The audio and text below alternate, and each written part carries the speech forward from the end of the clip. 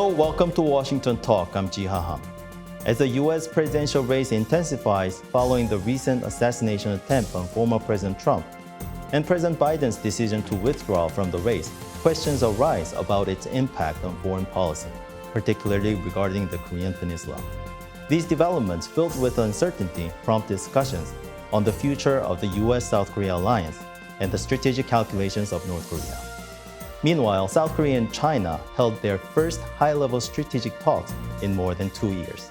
Today, we'll discuss these and more.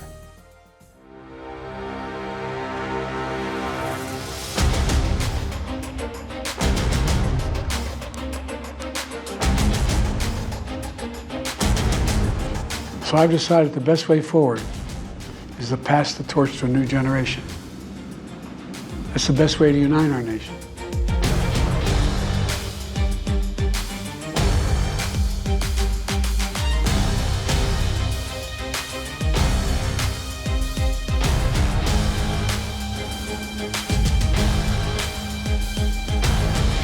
North Korea has a lot of nuclear weapons. I got along with them great. You were never in danger with me as your president. It's a good thing to get along, not a bad thing.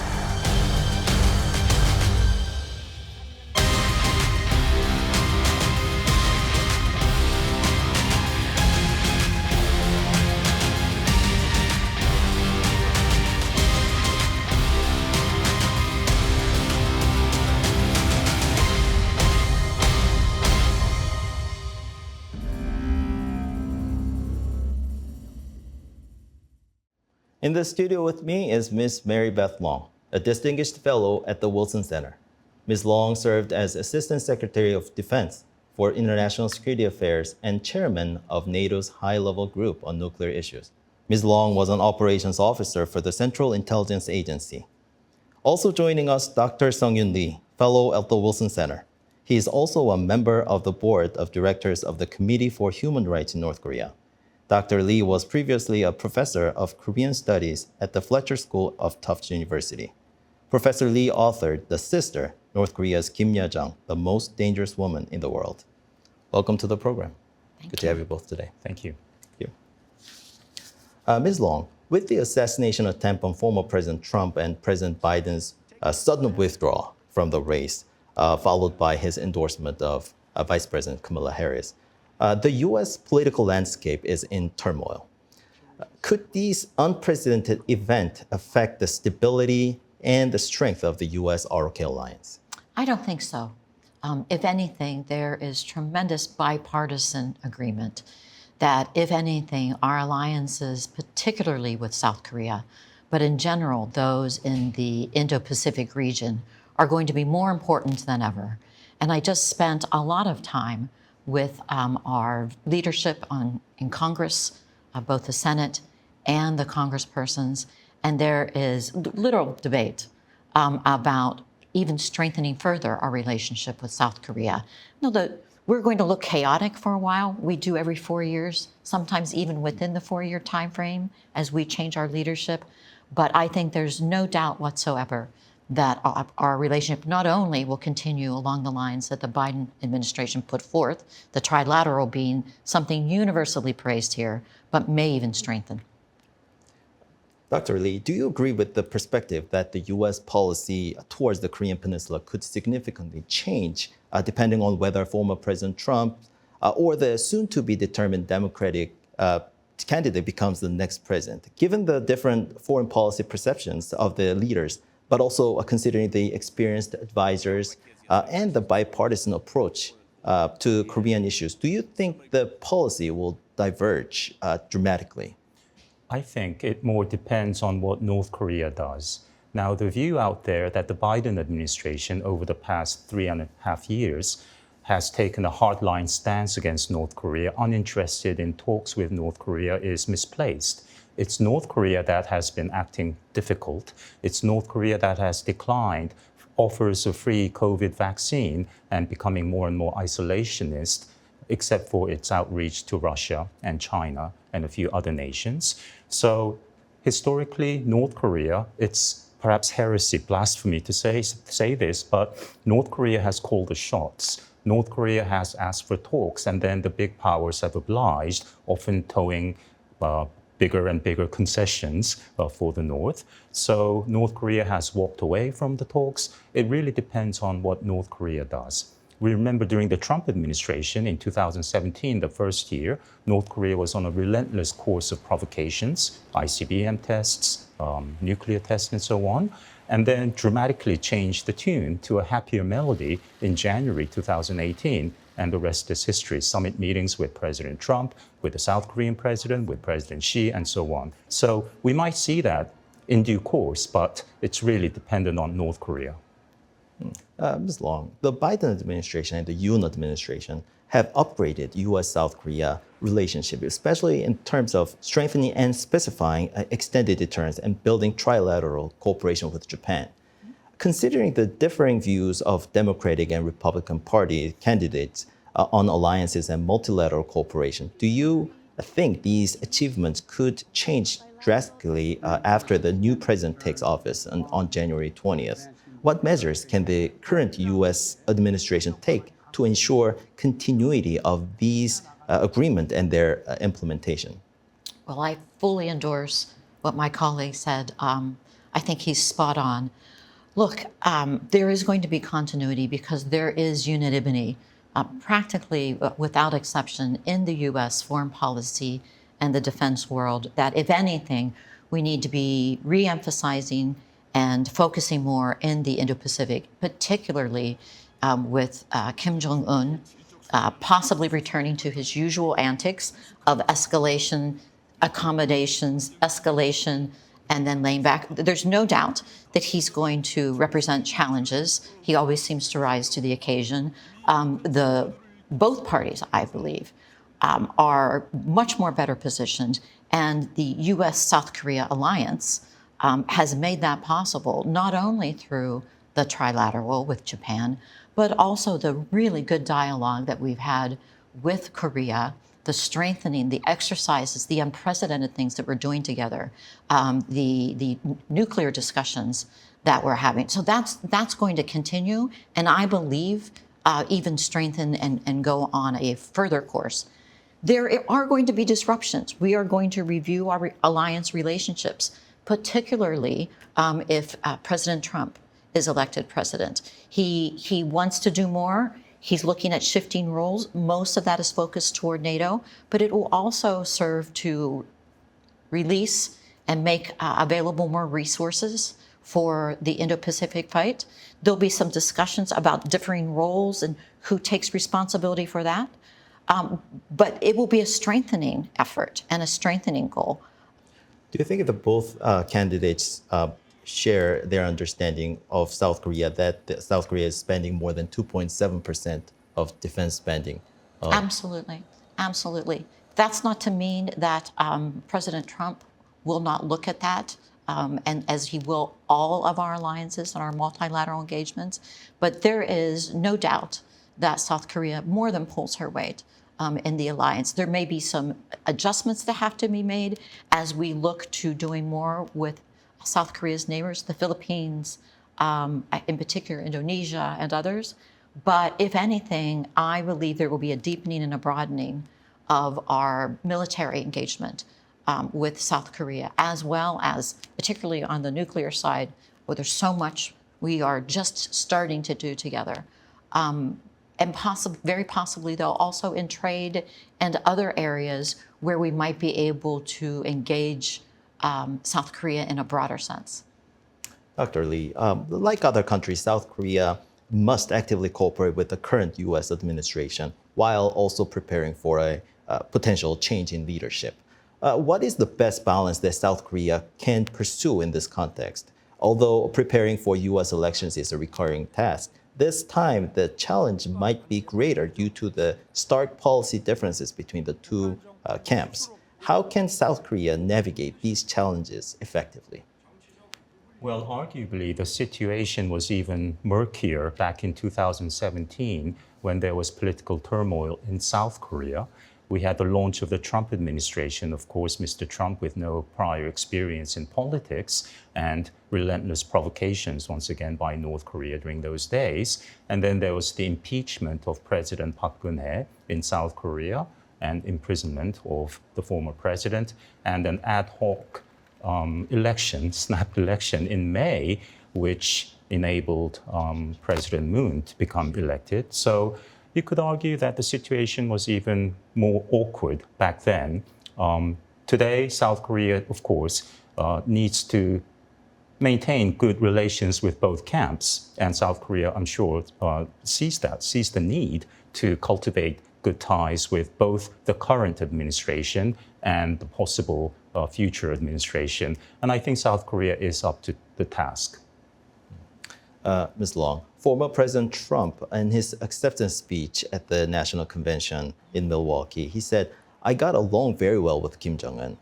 He'd like to see me back too. I think he misses me." How do you interpret Trump's remarks about his so-called bromance with Kim Jong-un reemerging? Do you believe that personal relationships between U.S. and North Korea leaders can actually influence diplomatic outcomes?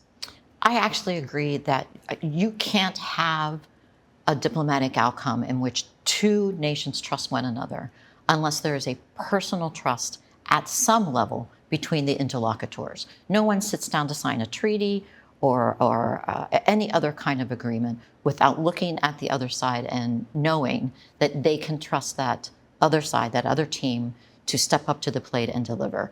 And that in my world, that is not possible unless you have some level of trust at some levels. You know, President Trump, and I again agree with the doctor, we know what we're getting this time. We're getting a big personality. We're getting a personality that's going to be personally involved, particularly with problems like Kim Jong-un. And I think we will once again see South Korea navigate those waters in a superb manner in which the U.S. and South Korea will ebb and flow in all of these discussions. Sometimes you play the good guy. Sometimes you play the bad guy. Sometimes you're the guy who puts something on the table to provoke just a bit. Kim Jong-un only seems to have that card.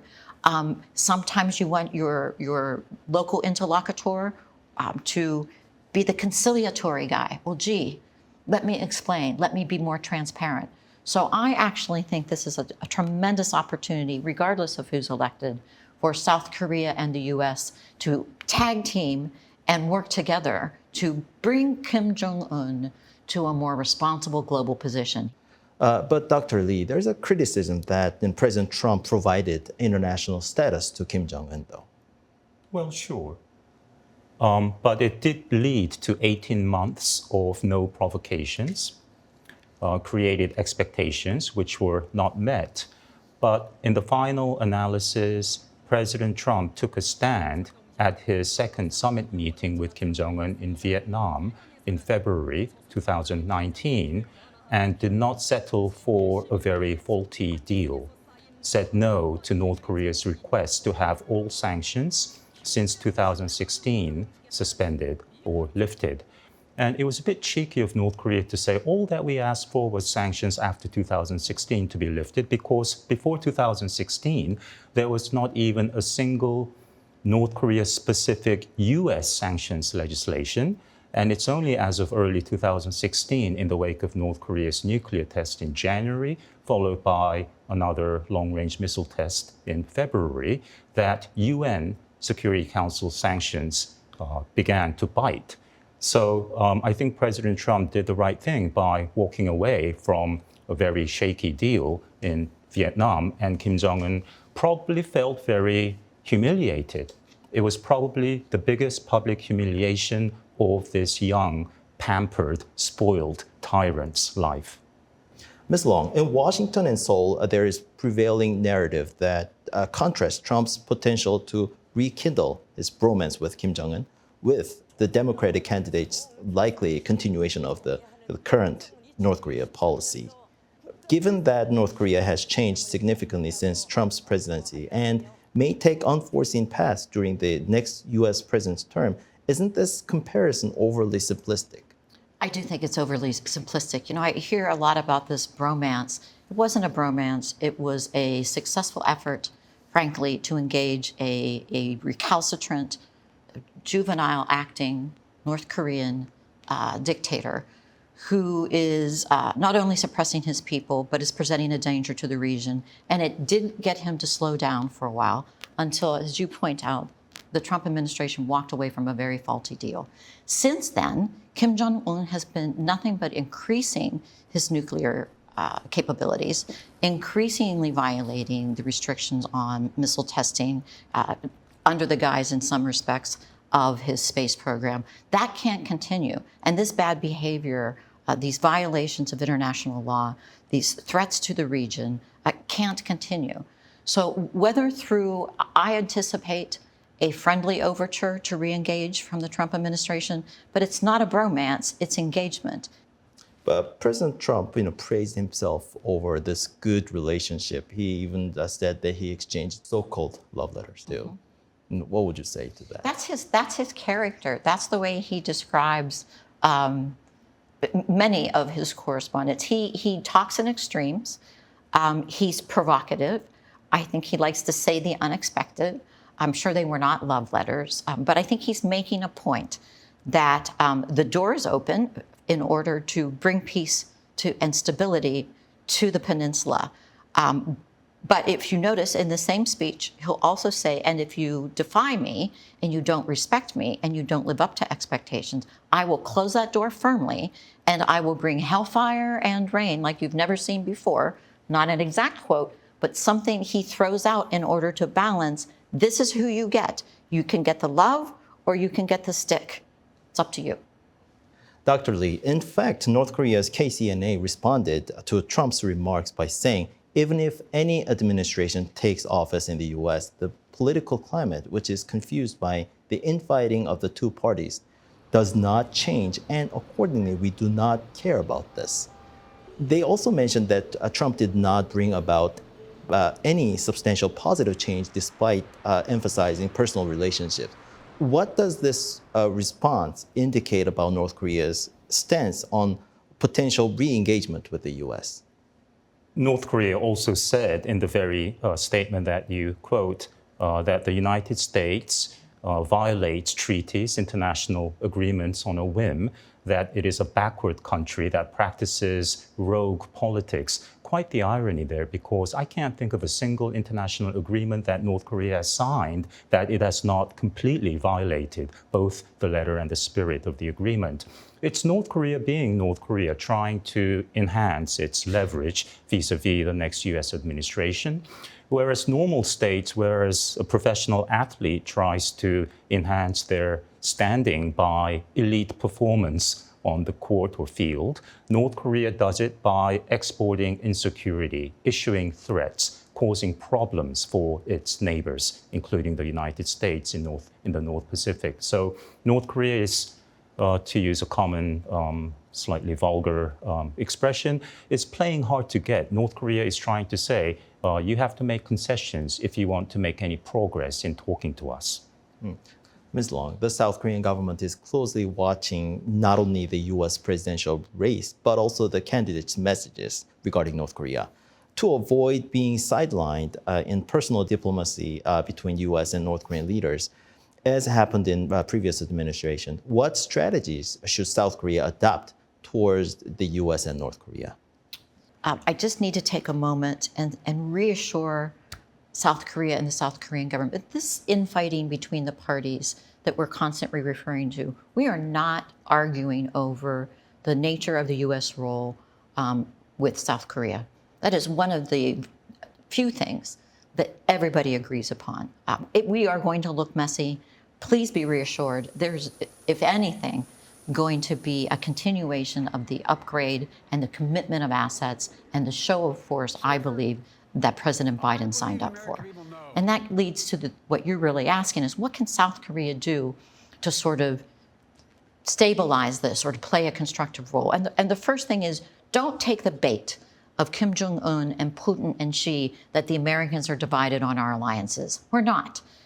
We're divided on some of the roles and responsibilities and who does what in some of our alliances, but we're not divided on our South Korean alliance. Dr. Lee, amid the U.S. turbulent election period, South Korea and China held high-level strategic talks this week in Seoul. This is the first meeting via video link in 2 years and 7 months, and the first face-to-face meeting in 7 years and 1 month.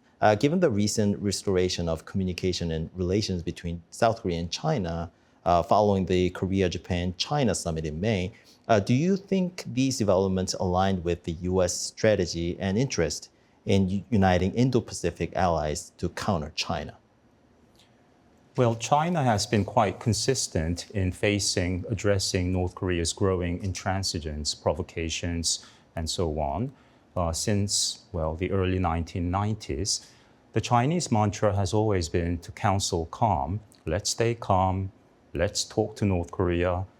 Pro-dialogue, pro-negotiations, and for God's sake, no war, please. And of course, that is the fundamentally correct approach. At the same time, I think China, it's hard to deny, has defended North Korea, has turned a blind eye to North Korea's serial provocations and violations of multiple Security Council resolutions. After North Korea's third intercontinental ballistic missile test back in November 2017, seems like ages ago, there was a unanimously passed resolution, Security Council resolution, that called for, among others, all member states to expel North Korean laborers in their country within the next year. So by late December 2018, there are still thousands, if not tens of thousands, of North Koreans laboring away in China, also in Russia. So there's a lot more that China should and could do, but fundamentally, China is prone to defending North Korea for various historical and practical reasons. Reports indicate that China has expressed its intention to play a constructive role in resolving issues on the Korean Peninsula. What are the constructive roles that the U.S. has continuously demanded from China in this context? Well, China can play a role, but China does what it wants to, which is, again, to continue to shield, to defend North Korea. I think historically the Chinese leaders have grown slightly displeased when North Korea seems to inch away from China and moves closer to Russia, which is what we're seeing today with Putin's second visit to North Korea just in mid-June this year. So I would not be surprised if Kim Jong-un were to show up in Beijing next week or in the coming weeks. It's been over 5 years since the last summit meeting between Kim and President Xi of China, so it's about time. And I think Kim Jong-un is perhaps sitting pretty in Pyongyang, quite pleased with his growing relationship with Vladimir Putin and expecting to be courted once again by the Chinese leaders as well. And there maybe the Chinese will play a role, will send a stern message to Kim Jong-un, we don't know. But for now, I think Kim Jong-un is staying the course, as Ms. Long mentioned, reverting to its pattern of engagement, provocations, accommodations, post-provocation peace ploys. That will come. Another charm offensive will come. I don't know when. But for now, it makes sense, I think, as Kim Jong-un thinks, that he should stay the course and continue to provoke the United States and its allies, especially during an election year in the US. Okay, well, that's all the time we have for today. Thank you very much for joining us. Thank you. Thank you. That does it for today's Washington Talk. Please join us again next week for more analysis.